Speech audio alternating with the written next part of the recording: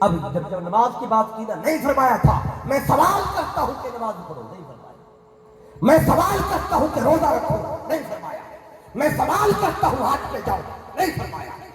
میں سوال کرتا ہوں زکات دو، اللہ نے نہیں فرمایا۔ وہ تو حکم دیا پڑھو، حکم دیا زکات دو، حکم دیا حج کرو، لیکن جب قرابت کی بات آئی رب کہتا ہے میں سوال کرتا ہوں۔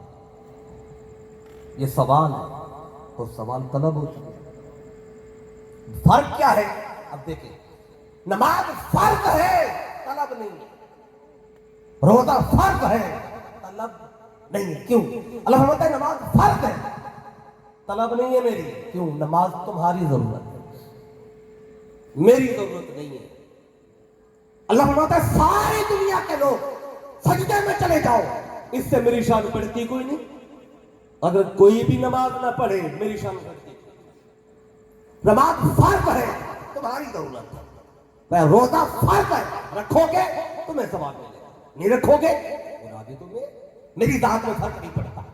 حج فرض ہے، جاؤ گے حج کرو گے تمہیں فائدہ ہے، نہیں جاؤ گے گناہ بھی تمہیں ہے۔ زکات فرض ہے، دو گے تمہیں ثواب ملے گا، نہیں دو گے گناہ بھی تمہیں ہوگا۔ یہ سارے فرض ہے، لیکن قرابت کی مودت طلب ہے۔ پہلا فرق طلب ضرورت ہوتی ہے، پر نماز تمہاری ضرورت، حج تمہاری ضرورت، زکات تمہاری ضرورت، روزہ تمہاری ضرورت، لیکن قرابت کی مودت یہ میری ضرورت ہے۔ یہ اس نے مانگی ہے، کیوں مانگی ہے اس سے پوچھو۔ وہ فرماتا میں سوال کرتا ہوں کہ ان سے مودت کرو۔ پہلا فرق آپ کو بتایا، فرق اور ہوتا ہے طلب اور ہوتا ہے۔ دوسرا فرق کیا ہے؟ لیکن فرق اگر ادا کریں تو ثواب ہے، نہ ادا کریں تو گناہ ہے۔ اب آپ کے گاؤں میں دیکھیں، جو بندہ پورا ہفتہ نماز پڑھنے نہیں جاتا، نہ صبح پڑھتا ہے، نہ ظہر، نہ عصر، نہ مغرب، نہ عشاء، لیکن جمعے پہ چلا جاتا ہے، جمعہ وہ جا کے پڑھتا ہے اور پہلی صف میں بیٹھتا ہے، تو جو وہاں کا خطیب ہو، محلے کے لوگ وہ سب کو جانتے ہیں۔ دیکھیں جامع مسجد نوری، اس محلے میں کتنے گھر ہیں، اس لائن میں کتنے، اس لائن میں کتنے، ادھر کتنے، امام صاحب کو سارا پتہ ہوتا ہے۔ پتہ ہوتا ہے فلاں فلاں گھر میں رہتا ہے، فلاں فلاں کا بیٹا ہے، اسے پتہ ہے سارے اسی محلے میں رہتے ہیں۔ لیکن فجر کی نماز پہ ایک صف ہوتی ہے، ظہر پہ 2 ہو جاتی ہیں، عصر پہ 2-3 ہو جاتی ہیں، مغرب پہ، عشاء پہ، جمعے پہ اندر بھی مسجد بھری، باہر بھی بھری ہوئی۔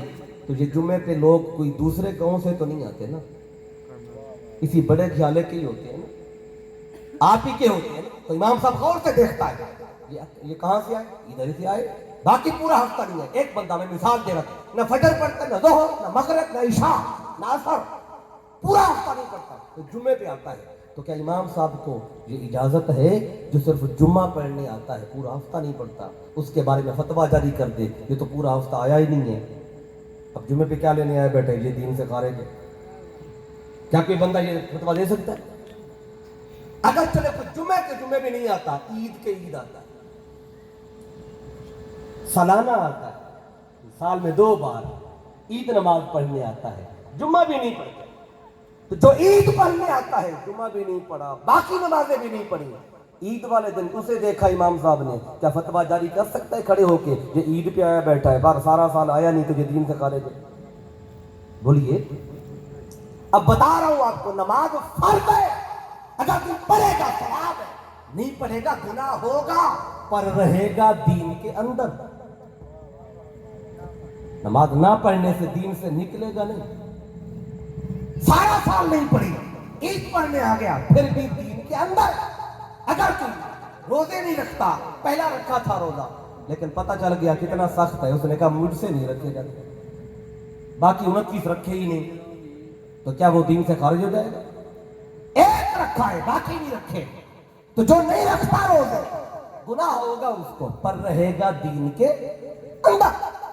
اگر کسی کے پاس مال ہے، جائیداد، حج کرنے نہیں جاتا، صاحب استطاعت ہے کہ حج نہ کرنے سے وہ دین سے نکل جائے گا؟ نہیں، حج نہ کیا گناہ ہوگا، پر رہے گا دین کے اندر۔ اگر تو صاحب نصاب ہے لیکن زکات نہیں دیتا، تو زکات نہ دینے سے اسے گناہ ہوگا پر رہے گا دین کے اندر. تو فرق وہ ہوتا ہے ادا کرنے والے کو ثواب ہوتا ہے, جو ادا نہیں کرتا وہ گناہگار ہوتا ہے پر رہتا دین کے اندر ہے. اگر اللہ مصطفیٰ کے قرابت کی مودت بھی صرف فرض کرتا تو محبت کرنے والوں کو ثواب ملتا, اور جو اس گھرانے سے مودت نہ کرتا وہ صرف گناہگار ہوتے, اور رب کو یہ گوارا ہی نہیں تھا. رب کو یہ گوارا نہیں تھا. اس لیے اللہ نے نماز کو, روزہ کو, حج کو, زکات کو ان کو فرض کیا. قرابت مصطفیٰ کی مودت کو اللہ نے طلب کیا. اگر کوئی نماز تو دین سے خارج ہے, نمازیں پڑھ کے بھی خارج. اگر کوئی حاجی ہے, حج ہر سال کرتا ہے لیکن مصطفیٰ کی قرابت سے منہ موڑ دیا تو نہ حج کر کے بھی دین سے خارج. میں ایک بہت بڑی بات کر رہا ہوں, اگر ایسے آپ کی توجہ, کیونکہ ہم نے تو سارا دین اور سب کچھ حج میں اور نماز میں, پگڑی میں اور داڑھی میں اور ٹوپی میں اور تسبیح میں اور مدرسہ میں اور اسی طرح جو تلاوت قرآن ہے, نیک اعمال ہے, ہم نے تو سارا دین اسی کو سمجھا ہوا. بعض جملہ بولتے ہیں جب بات کی جائے نا اہل بیت کی, وہ کہتے ہیں ہاں اہل بیت کو بھی ہم مانتے ہیں, یہ بھی ہمارا, ان کی محبت بھی ہمارے ایمان کا حصہ ہے. سنتے ہیں نا لوگ کہتے ہیں نا کہ ہم کیوں انکاری تو نہیں ہے کہ ان کی محبت بھی ہمارے ایمان کا حصہ ہے. یہی تو غلطی ہے کہ اہل بیت کی محبت ایمان کا حصہ نہیں ہے, یہ کل ایمان ہے. یہی تو غلطی ہے بھائی. یہ ہے کل, جو جز ہو وہ حصہ ہوتا ہے, جو جز ہو وہ حصہ ہوتا ہے, یہ جز نہیں ہے. اگر اس سے ہٹے تو دین سے باہر ہے, کیونکہ یہ کل ہے, کل دین ہے, کل ایمان ہے. اب نماز پڑھے, قرآن پڑھے, نیکی کرے, داڑھی رکھ لے, تسبیح ہاتھ میں ہو, ہر روز قرآن کی 10 ختم کرے, جتنا کچھ کر لے, اگر اہل بیت سے منہ موڑ لیا تو دین سے خارج. اب دیکھیں کربلا کے میدان میں جو یزیدی تھے وہ نماز با جماعت پڑھتے تھے, داڑیاں بھی تھی ان کی لاکھوں کی تعداد میں, یا کم و بیش 18,000 کا عدد تو آیا. اگر 18,000 بھی ہو یزیدی, اکثر نمازی تھے, قرآن کے قاری بھی تھے, جبے پہنے تھے, داڑیاں تھی, پگڑیاں تھی, روزے دار بھی تھے, حافظ قرآن بھی تھے, لیکن تھے دین سے خارج. نمازیں پڑھ کے بھی دین سے خارج تھے, داڑھی رکھ کے بھی دین سے خارج تھے. کیوں؟ وہ یہ سارے عمل کر رہے تھے لیکن حسین کے خلاف کھڑے ہوئے تھے, اس اہل بیت پہ ظلم کر رہے تھے. جو کل ایمان ہے حسین, اس کے خلاف تلواروں اٹھا کے کھڑے تھے. تو سارا کچھ نیکی کر کے بھی دین سے. کیوں؟ کہ ان کی محبت کو اللہ نے طلب کیا. اب اس پہ ایک حدیث سے بات کریں, کیونکہ یہ میں نے جو بات کی ہے کہ جو ان سے دور ہٹتا ہے تو وہ دین سے بھی خارج ہو جاتا ہے. یہ جو حدیث پاک آپ کو بتا رہا ہوں, اب اس حدیث کو امام زمخشری نے تفسیر کشاف میں بیان کی, امام فخر الدین رازی نے تفسیر کبیر میں, امام قرطبی نے جامع احکام القرآن, کہ جو اہل بیت سے منہ موڑتا ہے وہ دین میں نہیں رہتا. آیت مودت کو اٹھائے, اس کے ذیل میں یہ تینوں مفسر بیان کر رہے ہیں, محدث بھی ہے, یہ مفسر بھی, تینوں بیان کرتے ہیں کہ الا ومن مات الا بغض آل محمد.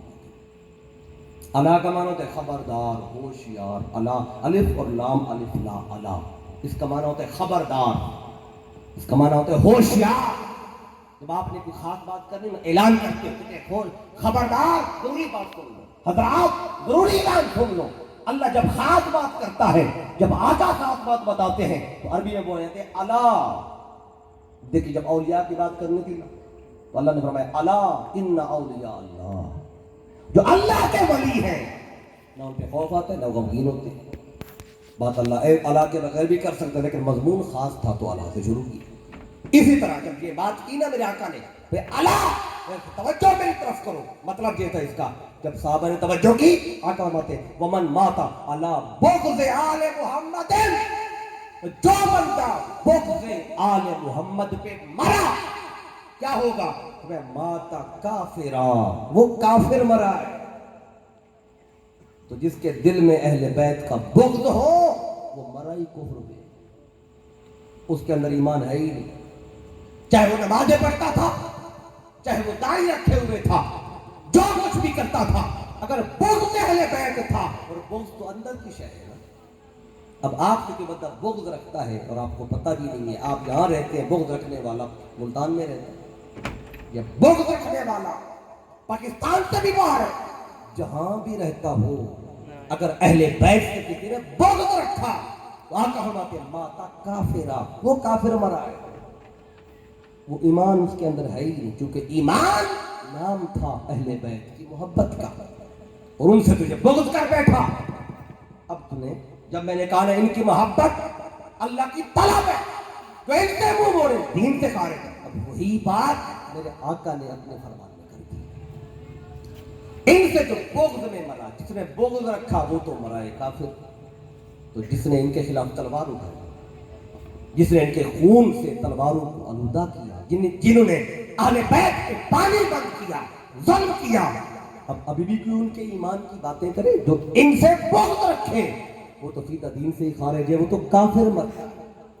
اسی بات کو میرے آقا نے ایک اور حدیث سے بات, جس کے راوی ہیں حضرت جابر بن عبداللہ رضی اللہ تعالیٰ, وہ روایت کرتے ہیں حضرت جابر بن عبداللہ رضی اللہ تعالیٰ.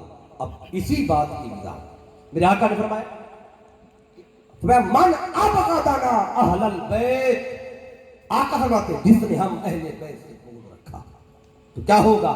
آقا فرماتے ہیں حشرہ اللہ یوم القیامت یہودیا, جو ہم سے بغض رکھتا ہے قیامت کے دن وہ یہودی بن کے اٹھے گا, مسلمان بن کے نہیں, یہودیوں کے ساتھ کھڑا ہوگا. صحابی نے آگے سوال کیا, عرض کیا آقا اگر وہ نماز پڑھتا تھا, چاہے روزہ رکھتا تھا, انسام وسلم, چاہے وہ روزے رکھے, چاہے وہ نمازیں پڑھتا تھا, آقا پھر بھی یہودی بن کے اٹھے گا. میرے آقا نے 3 بار جواب دیا, 3 بار. آقا ہوتے ہیں نام انسان وسلم, نام میں انسان وسلم, نام میں انسان وسلم. آقا ہوتے ہیں ہاں, چاہے وہ نماز پڑھے, چاہے روزہ رکھے, چاہے نماز پڑھے, چاہے روزہ رکھے, چاہے نماز پڑھے, چاہے روزہ رکھے. آقا ہوتے جو کچھ بھی کرے اگر اہل بیت سے بغض رکھتا تھا وہ مسلمان نہیں, وہ یہودی بن کے اٹھے گا, اس کا ایمان ہی کوئی نہیں. اس لیے جو لوگ کہتے ہیں نا اہل بیت کی محبت ہمارا ایمان کا حصہ ہے, یہی غلطی ہے. یہ ایمان کا حصہ نہیں ہے, یہ ایمان کا کل ہے. یہ وجہ ہے کبھی کبھار آپ ایک نعرہ بھی لگاتے ہیں نا, کل ایمان نعرہ حیدری لگاتے ہیں نا, کل ایمان. یہ کیوں کہتے ہیں, جو یہ بھی حدیث سے بات ہے, جو بات اب بتا رہا ہوں, جو ایمان کا کل ہے اہل بیت کی محبت اور مودت. مولا کائنات کو بھی میرے آقا نے ایک مرتبہ کل ایمان فرمایا, کسی اور کے لیے نہیں فرمایا, امام مولا علی کے لیے فرمایا. کب, جب یہ خندق کا موقع تھا, غزوہ خندق آپ نے سنی جو قرآن مجید میں سورہ احزاب ہے, پورے 2 رکوع اللہ تعالیٰ اس میں بیان فرما رہا ہے. غزوہ خندق اور غزوہ احزاب ایک ہی ہے. خندق چونکہ کھودی گئی اس وجہ سے خندق کہا, اس کو احزاب کہتے ہیں, حزب کی جمع ہے. اس کے 18 لشکر تھے کم و بیش, جو کافروں کی طرف سے مل کر مسلمانوں پہ حملہ آور ہوئے تھے, اس لیے اس کو احزاب کہا. تو اس میں جو واقعہ اللہ نے بیان کیا کہ خندق کھودی گئی اور خندق کو ایک بندہ کراس کر کے آیا تھا. 15 فٹ چوڑی تھی, 15 فٹ گہری تھی, کوئی کراس نہیں کر سکتا تھا, اندر آگ سے بھری ہوئی تھی. عمر بن عبد الرجی رستم تھا عرب کا بڑا پہلوان, 90 سال اس کی عمر تھی, 100 جنگیں لڑ چکا تھا, اکثر جنگوں میں جیتتا تھا, اسے کوئی ہرا نہیں سکتا تھا, بڑا پہلوان. تاریخ میں آتا ہے کہ جنگ جو اتنا تھا, طاقت اتنی تھی کہ اکیلا ناشتہ کرنے بیٹھتا تو پورا اونٹ کھا جاتا تھا, بندہ پورا اونٹ خراب کر جاتا. یہ اس کی طاقت کھانے کا عالم تھا. طاقت کیا تھی, تاریخ کی کتب میں آتا ہے اگر گائے کے چمڑے پہ یہ پاؤں رکھ دیتا نا اور 10 پہلوان چمڑا کھینچتے تو چمڑا پھٹ جاتا تھا گائے کا، پر اس کے پاؤں سے نکلتا نہیں تھا۔ یہ جب آیا تو دیکھا خندق ہے، گھوڑا اتنے پار رکھا تھا، جنگجو تھا، یہ گھوڑے کو پیچھے لے گیا اور واپس دوڑاتا ہوا آیا، ایڑ لگائی تو گھوڑے نے کراس کر ادھر آ گیا مسلمانوں کی طرف اکیلا۔ جو ادھر آیا تو آ کے مبارزہ طلب کی، کہتا ہے حال من مبارزن، کہتا ہے کون ہے میرا مد مقابل، کون مجھ سے لڑے گا؟ اب صحابہ کرام تھے، 8,000 کا مجمع تھا، اب اللہ نے مولا علی کی شان دنیا کو دکھانی تھی۔ اب جب وہ کہتا ہے کون ہے جو مجھ سے لڑے گا، 8,000 میں سے کوئی کھڑا نہیں ہوتا، مولا علی شیر خدا اٹھتے ہیں۔ اب یہ نہیں کہ باقی صحابہ کرام میں لڑنے کی خواہش نہیں تھی، ہر صحابی میں لڑنے کی خواہش تھی، لیکن اللہ شان دکھانا چاہتا تھا اپنے علی کی۔ اللہ کا امر تھا، کوئی نہیں اٹھا، مولا علی اٹھے۔ کچھ یہ مت سمجھے کہ باقیوں میں لڑنا نہیں چاہتے تھے، جب بوجھ دلی تھی، ایسی بات نہیں تھی۔ اگر ایسی تھی تو آئے کیوں کہ اس لیے آئے نا، جان دینے کے لیے۔ لیکن جنگ میں، میدان میں اب سب کی جو بہادری ہے، دلیری ہے، لڑنا ہے، وہ سب کا ایک جیسا نہیں، ہر ایک کو اللہ نے کسی میدان میں کمال دیا ہے۔ مولا علی اٹھے، آقا کی بات، آقا انا لہو یا رسول اللہ، آقا اس کے لیے میں مجھے بھیجے۔ آقا کیا فرماتے ہیں؟ کم یا علی کون اعلیٰ مکانے کا، علی تو بیٹھ جا، تو نے نہیں جانا۔ یعنی علی اٹھتے ہیں، آقا بٹھا دیتے۔ پہلی بار ایسے ہوا، اس نے دوبارہ آواز دی، کہتا ہے حل من مبارزن، پھر کہتا ہے کون ہے میرا مد مقابل، کون مجھ سے لڑے گا، عمر کہتا ہے۔ دوسری بار پھر بھی کوئی نہیں اٹھتا، آخر میں علی کھڑے ہوئے، عرض کیا آقا آنا لہو یا رسول اللہ، کہا میں ہوں مجھے بھیجے۔ آقا مت اے علی تو بیٹھ جا، تو نے نہیں جانا۔ اب تیسری بار اس نے آواز دی، 3 دفعہ یہ ہوتا تھا، 3 دفعہ بھی کوئی نہ جاتا تو پھر شکست ہو جاتی اہل ایمان کو۔ اس نے تیسری بار کہا حل من مبارزن، کون ہے میرا مد مقابل، تیسری بار بھی آخر میں علی کھڑے ہوتے۔ آقا مجھے بھیجے، میں اس سے لڑتا ہوں جا کے۔ تب آقا تیسری بار فرماتے ہیں کہ یا علی حل طالب من ہوا، اے علی تجھے پتہ ہے وہ کون ہے جس سے تو لڑنے جا رہا ہے؟ میں وہ عمر 1000 بندے کے برابر ہے، وہ رستم عرب ہے، پہلوان ہے بڑا، اور تو جوان ہے۔ مولا علی کہتے آقا میں یہ جانتا ہوں کہ وہ کون ہے، اور یہ بھی جانتا ہوں کہ سوائے میرے اس کا مد مقابل یہاں ہے ہی کوئی، میں ہی اس کا مقابلہ کروں گا۔ جب یہ عرض کیا، آقا بتے اے علی آ جاؤ۔ مولا علی آگے، جب آئے تو مولا علی غصے میں تھے، کیونکہ 3 بار اس نے للکارا تھا، 3 بار علی کھڑے ہوئے تھے۔ آقا نے غصہ دیکھا، مولا علی کا، آقا پہچان گئے اگر اسی حالت میں علی چلے گئے نا تو اس نے کسی کو نہیں چھوڑنا۔ تو آقا نے کیا کیا، علی کو بلایا اور اپنا امامہ علی کے سر پہ رکھ دیا، کیونکہ رحمت والا امامہ ہے نا، یہ علی کے سر پہ جائے گا تو غصہ کنٹرول میں آ جائے گا۔ اب جب اپنا امامہ رکھا تو مصطفیٰ کا سر مبارک خالی تو نہیں رہا نا، تو پھر کیا ہوا، آقا نے علی کا امامہ اپنے سر پہ رکھ دیا۔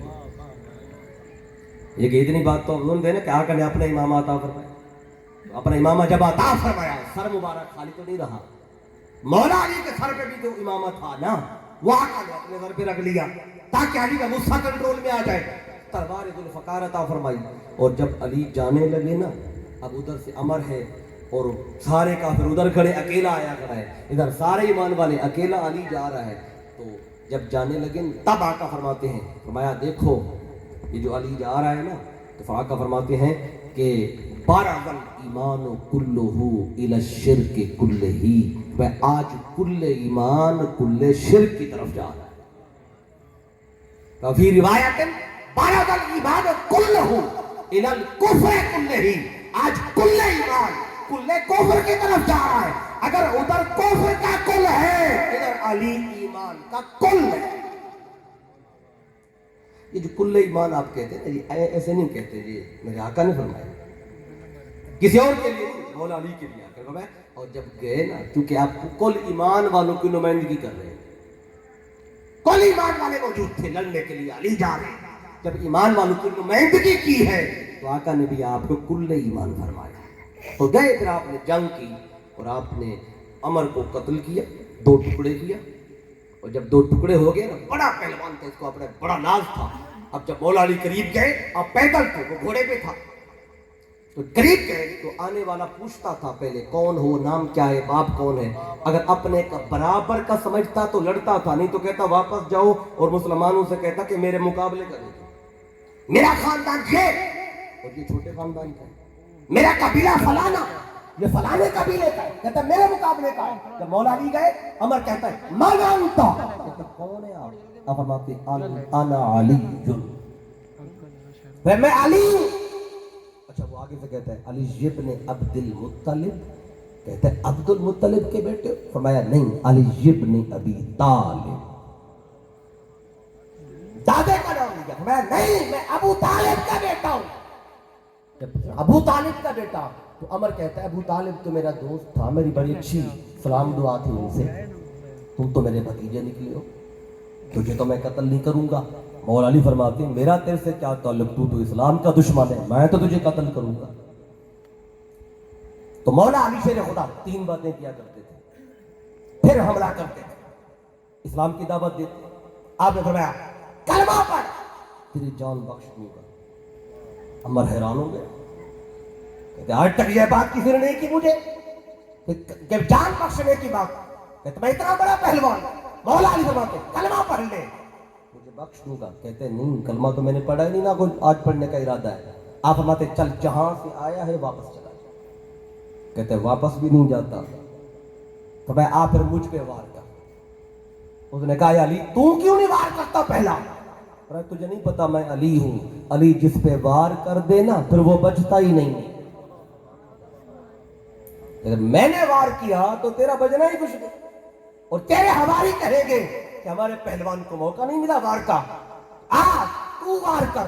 اب اس نے غصے میں آیا, اس نے وار پہ وار, وار پہ وار, وار پہ وار کرتا گیا. مولا علی پیچھے ہٹتے گئے, روکتے گئے, نیچے سے گرد اٹھی, اتنی گرد اٹھی کہ دونوں گرد میں گم ہو گئے. نہ اہل ایمان کو علی نظر آئے, نہ کافروں کو عمر نظر آیا, بس تلواروں کے ٹکرانے کی آواز آتی. ادھر مصطفیٰ دعا کر رہے تھے بڑی تعالیٰ علی کی مدد کر, علی کی مدد کر, علی کی مدد کر. ادھر تلوار پہ تلوار لگائی ہے, عمر نے ایک وار کیا, مولا علی کی تلوار سے تلوار ٹکرائی, پھر سلپ ہو کے آپ کی پیشانی پہ لگی, اور 1 انچ آپ کی پیشانی میں اس کی تلوار کی. یہ نشان عمر بھر آپ کی پیشانی پہ رہا. آپ نے وار خطا کیا, پھر آپ نے پلٹ کے وار کیا. جب وار کیا تو تکبیر کہی, ادھر تکبیر کہی, وار کیا, اس نے ڈھال آگے کی, ڈھال کٹ گئی, اس کی تلوار کٹ گئی. علی کی تلوار اس کے ہیلمٹ پہ لگی, ہیلمٹ کٹا, سر کٹا, جسم 2 ٹکڑے ہوا. ادھر مصطفیٰ نے نعرہ لگایا اے اہل ایمان مبارک ہو, علی جیت گیا. صحابہ آج کرتے آقا ادھر تو گرد ہی گرد ہے, نظر کچھ نہیں آ رہا, کیسے پتا چلا کہ علی جیتا ہے؟ آقا نے سنو, اگر میرا علی تمہیں نظر نہیں آتا تو کیا ہوا؟ علی کی تکبیر سنی کہ نہیں سنی؟